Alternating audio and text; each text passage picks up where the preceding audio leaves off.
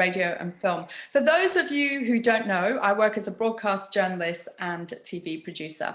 I'm doing a series of interviews with a whole host of extremely talented industry professionals across a broad range of job roles just for you. You may be at university, maybe you're not studying, maybe you're at entry level. It really doesn't matter. What you all have in common is that you all want to break into this business. Each week, my guests share their career paths and give details of the challenges and the benefits of their particular job roles. And very importantly, they give top tips as to how you too could follow in their footsteps. Now, let me introduce you to my guest. He's a specialist in radio and podcasts. He's worked for some huge names in radio, including BBC Asian Network, BBC London Radio and Talk Radio. And he's currently production director at 1129 Media. Welcome, Mark Machado. Hi, Mark. How are you doing? I'm good. Thank you for having me. Oh, you're very welcome. So, Mark, tell us, how did you start your career? Where did all things begin for you? And why did you choose radio? So I'll take you to just before my career started. I was at university in Scotland. I came back from uni. I wanted, I didn't study anything to do with media. I studied sciences. I always knew my whole life I've been obsessed by radio since I was a child. Obsessed with phone-ins, obsessed with football phone-ins. I wanted to get into radio. What was it about radio that enticed you? I just love the intimacy of it. I just love talking, like listening to stories. I love stories. I love music as well. When I was a teenager, I would just have the radio on all the time, and to be honest, like a lot of my close friends didn't even know that about me. It was like a secret I had, just between me and the radio station, right? It was something I was really passionate about. I loved to do it, but I had no idea how to get into it. Obviously, I come from an Asian family as well, so there's not a huge amount of Asian people in radio. I know we'll talk about that a little bit further down the road. So, like coming home and telling my family I want to work in radio, they thought I just lost my mind, to be honest. Well, yeah, it's not the typical route that Asian parents want for their kids, is it? Nah, they don't. And I think the reason for that is because actually getting into radio very specifically, there's not one set path for it, right? So Asian parents generally, not just Asian parents, all parents generally want a path for their kids that is quite prescriptive, quite laid out. So it's like you go to university, you study this, then you come out and you get this job, and then you go into this and this and this. But in radio and in broadcasting in general, that path just isn't really there. It's not.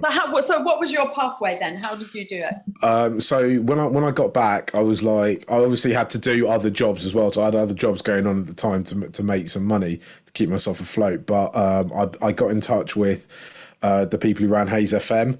Satish Sharma, who was a lovely bloke, who still is a lovely bloke. What is Hayes FM for those who's not going to know that? So Hayes FM is a community station in West London, right? And they're part of their licenses is that they're run by volunteers mainly, and they give lots of experience to as many people as they possibly can. So obviously, I found out about this. I got in touch with them. I said, I want to get involved. Please, can I come down and do anything? And they were like, yeah, sure, come down, help out. Firstly, in the first few months, it was just one show a week on a Wednesday evening. And then over time, over a few months, it grew to, right, you basically, if you have the time, you can do as much as you want in a station like that. So I ended up presenting Drive, presenting Breakfast.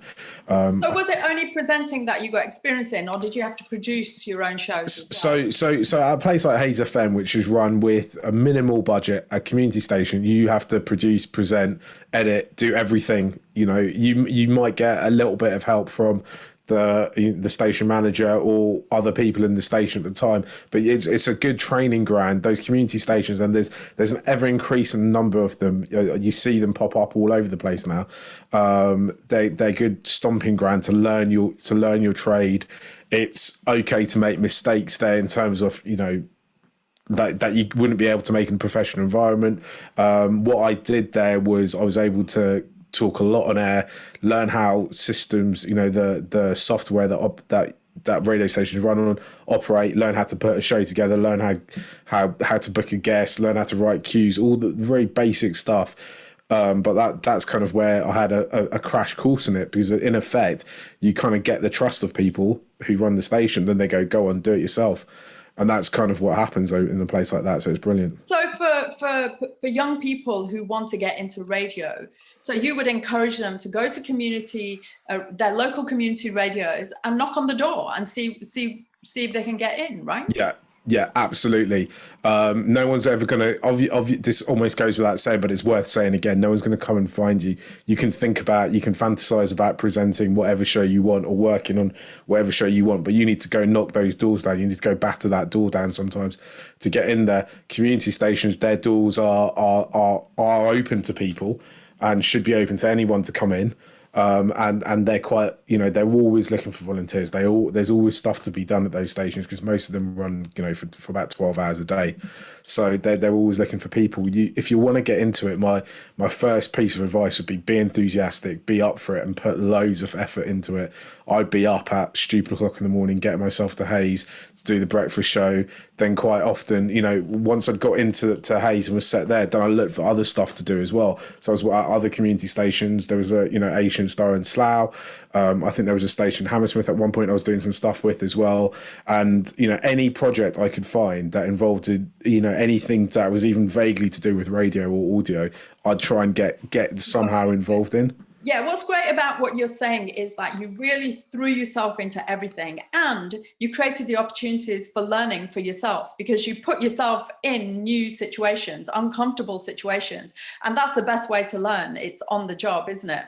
Yeah, exactly. And yeah, never be scared to say no to something. I mean, that said, don't overreach yourself. So don't promise someone something that you're just not going to be able to deliver, because you're just going to end up in a quagmire of rubbish then, and you'll destroy your own reputation. But when you're starting out early on, you've got to go and knock on as many doors as possible, meet as many people as possible. The other trap that I think I've noticed some people fall into is they think if they meet one person, if they meet a producer at the BBC, then that person's going to, open all the doors to them. And it's, that person might have all the greatest will in the world, but they won't be able to. You need to build a network of people, and you need to make. So how do you advise, young people at entry level to network? What's the best way to network with those in radio? Firstly, talk to everyone. Right. I'd say about 99% of people who work in radio, you'll be able to contact via social media, be it Twitter or LinkedIn. I wouldn't, I'd encourage anyone to just drop anyone a message on LinkedIn or on Twitter. I wouldn't encourage people to drop a message on Facebook necessarily, because that seems a bit more personal, but that's just my take on it. People are very generous in radio. I've worked in radio as well, and people will help out. All you need to basically ask is, can I have a conversation, or can you give me some advice? Nothing too overreaching, because people are busy, right? Yeah, exactly. I mean, I think that's what you want to do. You want to try and engage them and be like, have you got time to have a quick chat with me? Just give me some advice. I mean, I talk to people all the time and try and give them advice. I think that what I do when I talk to people is I try and ask them, what is your goal? What do you want to achieve? Where do you see yourself, not in 2 years time, but in kind of 10, 15, 20 years time? And then I go, right, how do you intend to plot your path to that place? I don't think you can ever say to someone, do you know what, I don't think you can achieve that, because you just never know what somebody might be able to achieve if they put time and effort. And you can't underestimate anyone ever. Yeah. And also Sorry. I was going to say, from my point of view, I always want to help everyone out, because you never know where they might be in 10 years time or in 5 years time. They might be hiring you in 10 years time. Exactly, right. So tell me, Mark, so you started off at community radio. So what did you have to do, and who did you have to be to move your career along, to progress? Okay, right. So what happened is, after about 6 months or so of being at Hayes FM, they had a little an email got sent around where basically the management there had managed to persuade someone at BBC Radio London, to take on a couple of people for a couple of weeks work experience at Radio London. And they were like, if you want to apply for this, basically put your name forward and you go get interviewed. at Broadcast has. So I put my name forwards for that. I went and got interviewed for it, and they gave me the week's work experience, and I thought, this is it. This is brilliant. I'm going to get the work experience. I'm going to smash it, and then I'm going to end up, having the career I've always wanted. So I got the work experience, and to be perfectly honest, I did all right on it, but I didn't really understand what was going on there. I was really having issues kind of trying to connect with the people then to make an impression that was going to get me the shifts that I needed. It's an environment, isn't it? Because in community radio, everybody's kind of helping each other. But in professional radio, everybody's got a specific job to do in a team, and they're on it and they got deadlines. So it's more difficult to penetrate that, isn't it? Yeah, it's very difficult to penetrate that. Also, being work experience, you're coming in, and I've seen this from both sides now, as someone who's been on work experience and someone who's had work experience with me. I mean, if you're a producer or an assistant producer, and someone goes, right, you got the work experience person for a day or 2 days, or whatever, you've got to take time out of your day to get them up to speed with it. I mean, you're often sitting next to someone who's been doing that job for a number of years, and they're trying to basically teach you some very basic stuff, essentially, in kind of a 5-minute conversation. And it's like, it's just never going to happen. It's a bit of a, and to top that all off, you've also, in a newsroom, you've got this news cycle that is never ending, that is continuous, that you've also got to stay on top of as well, which, for most producers is actually what what they're doing. Or I say day to day, but they're almost doing it minute by minute now. It's like, oh, have you seen that there's an attempted coup in America? Or have you seen that, the lockdown so what regulation? What advice do you give then somebody who finds themselves in an environment like this as an intern or a work experience? Should they put themselves forward and say, look, how can I alleviate your workload, or how can I help? I think forward? I think there's many different ways to do it, right? So some people, I'll be honest, Samina, right? I'm pretty confident, I'm pretty outgoing, and it totally got on top of my personality. I couldn't, like, that first week, I was really struggling to make any sort of impact. The only people I did make an impact with were probably the sports teams. Everyone else, I think they're just so busy during the day-to-day running off of shows. So it's so great that they find it hard to connect with you, right? I think the thing you've got to do is be very enthusiastic, be up for doing absolutely anything, and make lots of tea, and try and chat if you can to anyone about anything, and be flexible what you want to talk about. And just learn. So you then actually got your job and you moved into professional radio. So just share with us some of the places you've worked and what those experiences were like. So hold on, let me just finish off what happened, right? There's more. So I do this week, and then it kind of peters out. I think I get offered a couple of shifts, and then I don't really hear from them again. Basically, what I did is, because I'd got offered, I think, 2 shifts at the back of that, just answering phones, I managed to blag my way in to somebody at Asian Network who gave me work experience on the phone show in the Big Debate. And then from that, and that was about maybe 3-4 months later, if not longer, I can't quite remember. And then that's where at Asian Network I started to get consistent shifts off the back of that work experience bit. But I'd already had the experience of working at Radio London, so it almost took me a second bite of the cherry to be like, all right, I can get this. I know what I need to do to be able to I want to say impress, but actually it's not necessarily impress someone. It's being personable enough for them to go, do you know what, we want to work with this person, we enjoy the company of this person, this person needs to be in our team. So that's, yeah. So I when I reflect back on on those moments, I think, do you know what, the Radio London stuff didn't the first time around go as well as I thought it could do.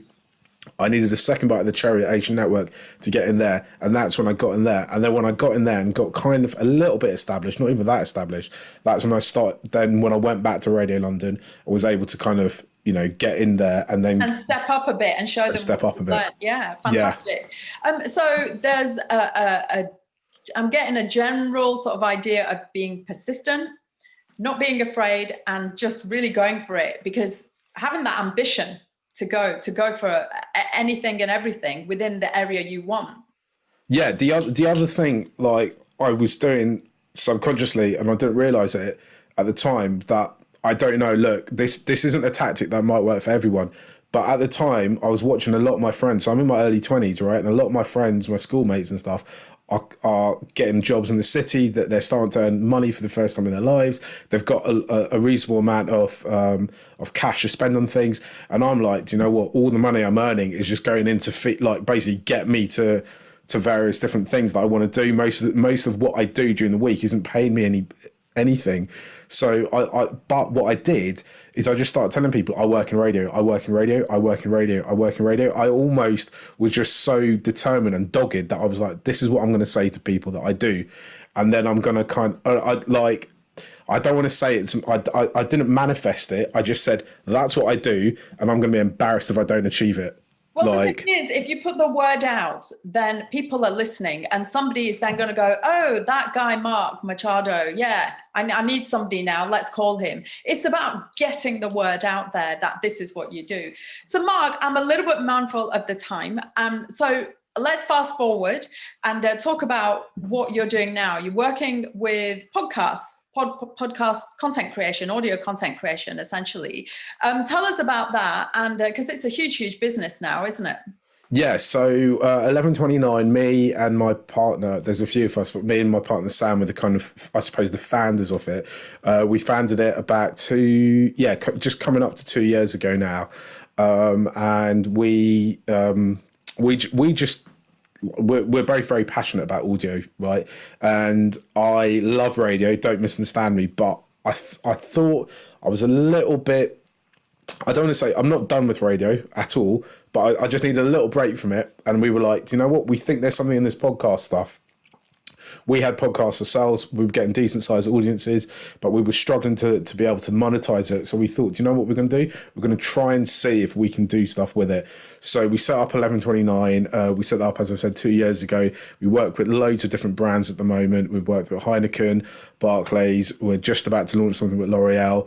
And we create podcasts for them, and more often than not also some video content that goes alongside with it. And in terms of the way my career's gone, that seems to me like quite a natural progression from having kind of 10 years working in a professional radio environment. And actually a lot of people with radio experience are going into the podcast arena. It seems to be an offshoot, and a very successful offshoot. And talking of that, it's just skyrocketed, the whole podcast arena. So has that opened up new opportunities for those at entry level to consider other kinds of audio content creation as opposed to radio, or they can consider both? Yeah, definitely. I think if you're at entry level and you're trying to get in, as a minimum, you should be trying to at least producing someone else's podcast. Like when, I've been in the situation where I've been looking to recruit people from an entry, as their first job in radio. And the first thing I'm looking for enthusiasm for the medium. And there's nothing that's going to show that more than going, yeah, I do a podcast, even if it's once a week. And even if the only people who listen are your parents or your best mate, it doesn't matter. Yeah, so I'd just like to put that in context a little bit. In order to penetrate any kind of industry in the creative arena, you have to demonstrate your skills, not just talk about what you want to do. So you're encouraging people here to go create their own podcast or their own little radio show and have something to present to people like you who are in the hiring seat. Yeah, definitely. I mean, if I was a musician and you were a record label boss, and I said to you, please sign me up to make a record. I want to make a record, and I don't know, represent the UK at Eurovision or something like that. The first thing you'd say to me was, "What have you done before?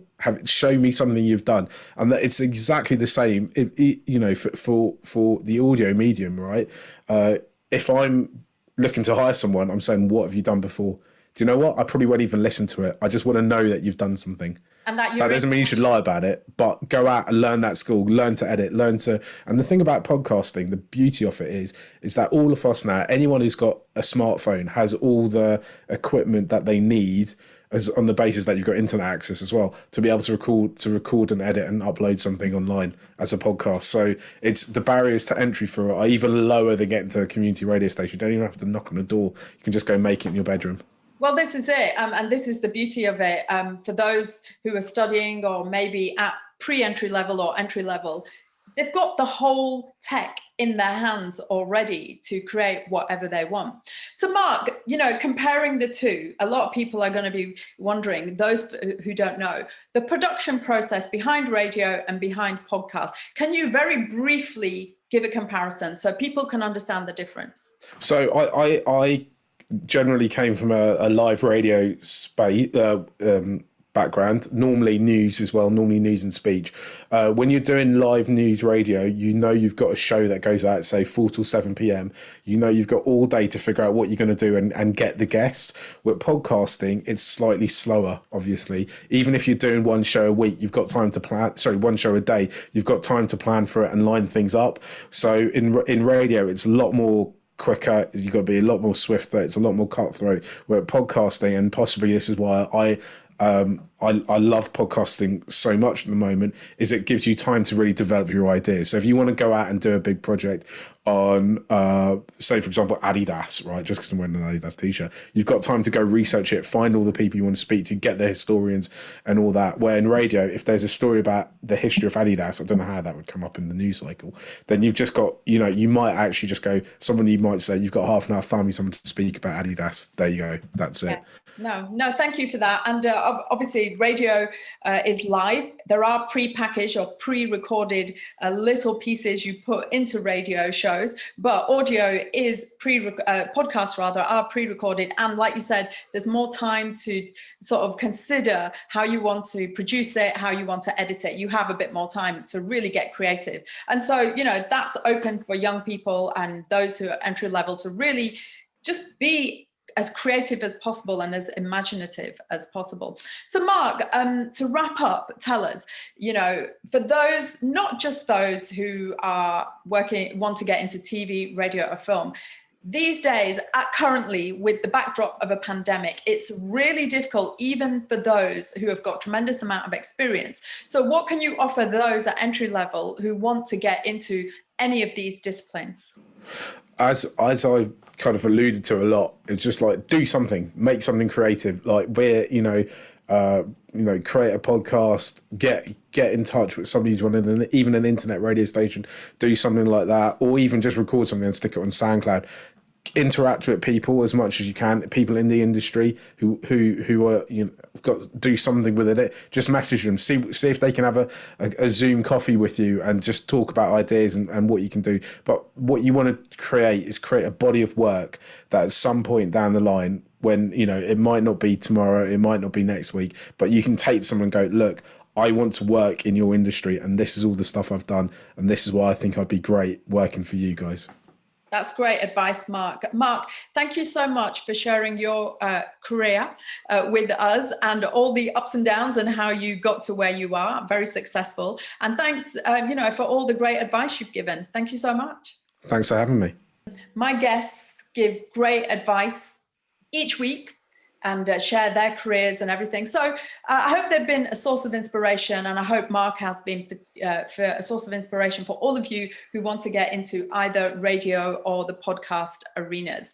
If you want more details of other interviews I've done in this series, how to get into TV, radio and film, follow me across my social media platforms and on YouTube. Also, I want to hear from you at entry level. How are you getting on? Have you managed to get an interview with somebody or have a chat with somebody? You've taken the advice of my guests. Tell me how you're getting on. Please feel free to leave me a message. I want to hear your stories too. It's been great having your company today. And as usual, thank you so much and see you next time.